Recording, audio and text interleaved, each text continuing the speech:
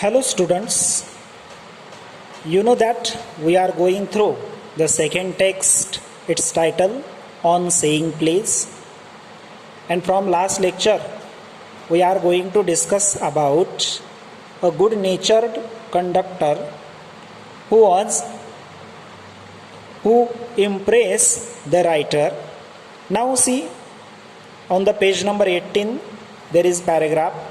I have missed him from my bus route of late, but I hope that only means that he has carried his sunshine onto another road. Writer म्हणतोय की त्या आता बस रूटनं जात असताना रायटरला आता तो conductor दिसत नाहीये, तो मिस करतोय त्या कंडक्टरला. पुढं म्हणतोय बट आय होप, त्याला आशा आहे की that only means that he has carried his sunshine to another road. रायटरला वाटतंय की तो ह्या रूटला दिसत नाही, म्हणजे आता तो दुसऱ्या रूटला गेला आणि दुसऱ्या रूटला अशाच पद्धतीनं तो त्याची सनशाईन त्या रूटवर पसरवत असेल. म्हणजे आतापर्यंत या रूटवर, ज्या रूटवरून रायटर प्रवास करत होता त्या रूटवर तो कंडक्टर त्याचं गुड नेचर सर्वांना दाखवत असे आणि गुड नेचर्ड ॲटमॉस्फिअर तयार करत असे. आता तो कंडक्टर या रूटवर नाही, म्हणजे तो कदाचित दुसऱ्या रूटवर गेलेला असेल आणि तिथंही तो काय करत असेल तर त्याच्या गुड नेचरनं तिथलंही ॲटमॉस्फिअर तो फनी किंवा चांगल्या पद्धतीनं बनवत असेल. It can not be too widely diffuse in a rather drab world. काय अर्थ होतो याचा? It can not be too widely diffused, म्हणजे कदाचित तो कंडक्टर वाईडली खूप जास्तीचं, डिफ्युज्ड म्हणजे दूर जाणे, तो खूप लांब गेलेला असेल असं नाही आहे. In a rather drab world. Drab म्हणजेच जवळ असणारं जग किंवा फ्लॅट असणारं हे जग. हे जे काही फ्लॅट वर्ल्ड आहे, या फ्लॅट वर्ल्डमध्ये तो काही दूर गेलेला नसेल असं रायटरला वाटतं. And I make no apologise for writing a panegyric on an unknown bus conductor. आणि रायटर काय म्हणतोय? आय मेक नो अपॉलोगाइज, म्हणजे रायटरला अपॉलोगाइज खेद वाटत नाही आहे. आता कशासाठी खेद वाटत नाही आहे? फॉर रायटिंग अ पिनिजरिक. पिनिजरिक म्हणजे स्तुती. रायटर त्या कंडक्टरची स्तुती करतोय. तो कंडक्टर कसा आहे रायटरसाठी? अननोन आहे, पण त्याची स्तुती करतोय आणि स्तुती करताना रायटरला या ठिकाणी खेद वाटत नाही. If Wordsworth could gather lessons of wisdom from the poor leech gatherer on the lonely moor, I see no reason why laser people should not take lessons in conduct from one who shows how a very modest calling may be dignified by good temper and kindly feeling. See there, काय म्हटलंय? If जर Wordsworth could gather lessons of wisdom from the poor leech gatherer. इथं अर्थ काय की Wordsworth हा जो English poet could gather lessons, ज्यानं धडे घेतले असते कशाचे? Of wisdom. विजडम हुशारी. From the poor leech gatherer म्हणजेच काय? लिच गॅदरर म्हणजेच the subject of Wordsworth poem resolution and independence or the leech gatherer. वर्ड्सवर्थचा जो लिच गॅदरर नावाचं जे काही कार्य आहे त्याच्यामधला तो सब्जेक्ट आहे कोणता? लिच गॅदरर्स या नावाचा. तर तिथून धडे घेतले असते on the lonely moor. Moor म्हणजेच a member of the group of Muslim people from North Africa who ruled Spain from 711 to 1492. Moore म्हणजेच काय? तर मुस्लिम पीपल यांच्या ग्रुपचा एक मेंबर जो नॉर्थ आफ्रिकेवर रूल करायचा, राज्य करायचा, आणि केव्हापासून 711 ते 1492 या काळामध्ये. On the lonely moor, I see no reason why laser people should not take lessons in conduct from one who shows how a very modest calling may be dignified by good temper and kindly feelings. Writer सांगतोय की I see no reason, तो कारण बघत नाही, why laser people should not take lessons. इतर लोक असा धडा का घेत नाहीत याचं रिझन बघतो रायटर पाहत नाहीये. In conduct from one who shows how a very modest calling may be dignified. म्हणजेच हू शोज, जे लोक a very modest calling may be dignified, ज्या लोकांना मान सन्मान मिळतो कशामुळे, बाय गुड टेम्पर, त्यांच्या चांगल्या स्वभावामुळे आणि त्यांच्या काइंडली फिलिंगमुळे, तर त्याच्याकडून लोक धडा घेत नाहीत असं रायटरचं म्हणणं आहे. It is a matter of general agreement that the war has had a chilling effect upon those little everyday civilities of behaviour that sweeten the general air.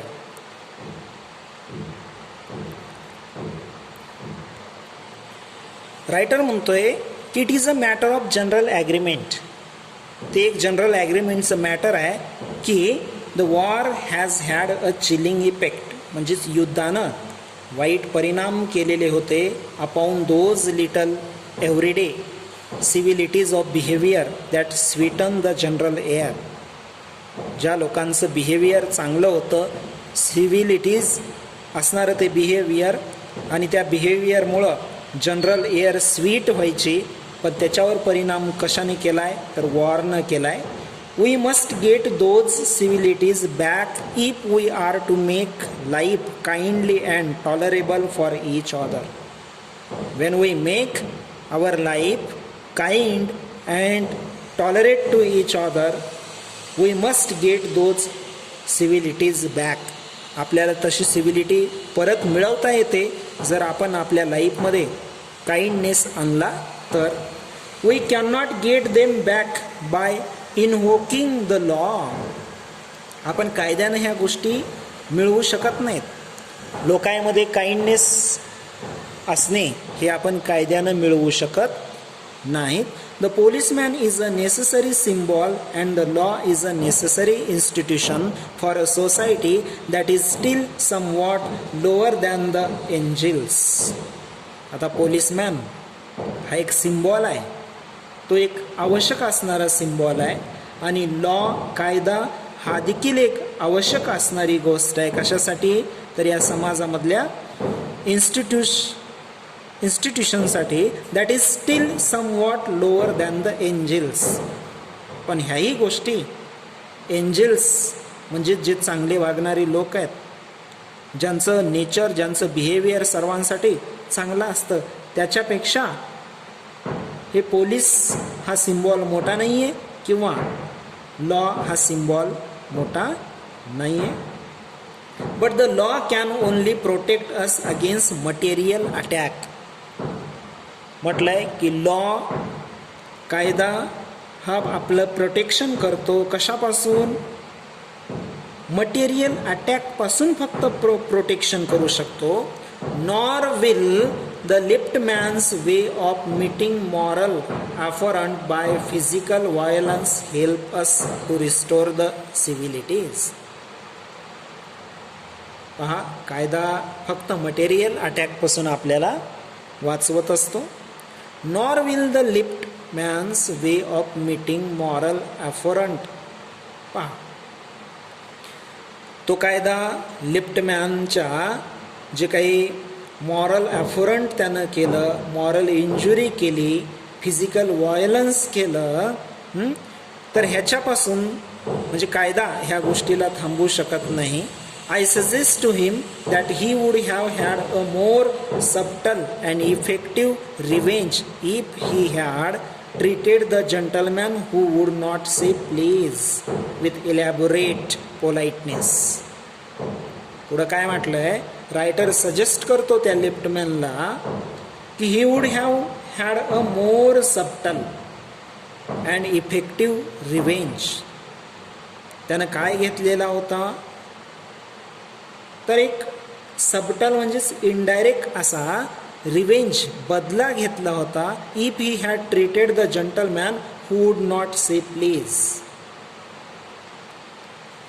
जर त्या जंटलमॅननं पोलाइटनेसनं प्लीज जर म्हटलं असतं तर ह्या लिफ्टमॅननं तसा बदला घेतला नसता. ही would have had the victory not only over the boor but over himself, and that is the victory that counts. त्या लिफ्टमॅनला विजय मिळाला होता, परंतु तो विजय कसा होता, नॉट ओनली ओव्हर द बूर म्हणजेच इम्पोलाइटनेसवर तो विजय होता, त्याच्या स्वतःवर तो विजय नव्हता. And that is the victory that counts. आणि हाच विजय, हीच विक्ट्री काउंट होते. म्हणजे त्यानं जे काही लिफ्टमॅननं जे काही पॅसेंजरला बाहेर ढकललं आणि विक्ट्री मिळवली, ती विक्ट्री ही इम्पोलाइटवरची विक्ट्री होती, त्याच्या स्वतःवरची ती विक्ट्री नव्हती. The polite man may lose the material advantage but he always has the spiritual victory. बऱ्याच वेळेस काय होतं, एखादा पोलाईट व्यक्ती मटेरियल ॲडव्हान्टेज म्हणजेच बाह्य जे काही फायदा आहे, जो दिसणारा फायदा आहे, तो दिसणारा फायदा गमावू शकतो, परंतु त्याची स्पिरिच्युअल व्हिक्ट्री होत असते. एक आध्यात्मिक त्याचा विजय होत असतो जो व्यक्ती पोलाईट असतो. I comment to the liftman a story of Chesterfield. Writer काय म्हणतोय पहा, रायटर कॉमेंट करतोय म्हणजेच मेन्शन करतोय to the liftman a story of Chesterfield. Chesterfield कोण आहे, तर लॉर्ड चेस्टरफील्ड, जो 1694 ते 1773 झाला. तो इंग्लिश स्टेट्समन आहे, ऑथर देखील आहे आणि पॅट्रॉन ऑफ लेटर्स असा असणारा चेस्टरफील्ड. आता रायटर काय म्हणतोय पहा, आय कॉमेंट म्हणजेच I mention to the liftman a story of Chesterfield. A story of Chesterfield सोबत त्या लिफ्टमॅनला हा मेन्शन करतोय. In his time the London streets were without the pavements of today. त्या चेस्टरफील्डच्या काळामध्ये लंडनचे जे काही रस्ते होते, they were without the pavements म्हणजे ते फुटपाथ विना होते. पेवमेंट्स फुटपाथ म्हणजे त्यावेळेस लंडनच्या रस्त्यांना फुटपाथ नव्हते जसे आज आहेत तसे. And the man who took the wall had the driest footing. आणि काय करावं लागत होतं, त्या फुटपाथवरून जात असताना, त्या फुटपाथ आता जसे फुटपाथ आहेत तसं अगोदरच्या त्या वॉलवरून जात असताना काय व्हायचं, तर ड्रायेस्ट फुटिंग म्हणजे एकच व्यक्ती सहज जाऊ शकत होता, एका व्यक्तीला थोडंसं बाजूला व्हावं लागत होतं. तर त्यावेळेसचा इथं प्रसंग सांगितला आहे. I always do said Chesterfield. काय म्हटलंय, I never give the wall to a scoundrel said a man. आणि मग त्या तिथला अनुभव सांगितलाय की एका माणसानं चेस्टरफील्डला काय म्हटलं होतं, I never give the wall to a scoundrel. म्हणजे स्कॉन्ड्रेल अशा व्यक्तीला, तो माणूस म्हणतोय की मी अशा स्कॉन्ड्रेल सारख्या व्यक्तीला मी रस्ता देत नाही. त्यावेळेस said a man who met Chesterfield one day in the street, I always do. त्यावेळेस चेस्टरफील्डनं काय म्हणलं होतं, आय ऑलवेज डू म्हणजे मी तो रस्ता देत असतो असं म्हटलं होतं. स्टेपिंग विथ अ बो इन टू द रोड. अशा पद्धतीनं त्या चेस्टरफिल्डनं थोडंसं खाली वाकून नम्रपणे त्या उद्धट व्यक्तीला म्हटलं होतं, आय ऑलवेज डू. मी मात्र अशा लोकांना रस्ता देत असतो. याच्यामध्ये चेस्टरफिल्डचा नम्रपणा तिथं दिसून आला. I hope the liftman will agree that his revenge was much more sweet than if he had flung the fellow into the mud. Writer म्हणतोय, I hope the liftman will agree. खरंच liftman agree झाला असता. That his revenge was much more sweet. त्याचा तो बदला हा जास्तीचा sweet ठरला असता. कशापेक्षा? Than if he had flung the fellow into the mud. त्या व्यक्तीला, त्या लिफ्टमॅननं जर त्या व्यक्तीला मडमध्ये, चिखलामध्ये ढकललं असतं तर कदाचित तो रिवेंज खरा ठरला असता त्या लिफ्टमॅनच्या साठी. अशा पद्धतीनं म्हटलंय. या पद्धतीनं हे सेकंड टेक्स्ट आपण डिस्कस केलं. बाकी ॲक्टिव्हिटीज पुढच्या तासिकेमध्ये पाहूया. Okay, thank you.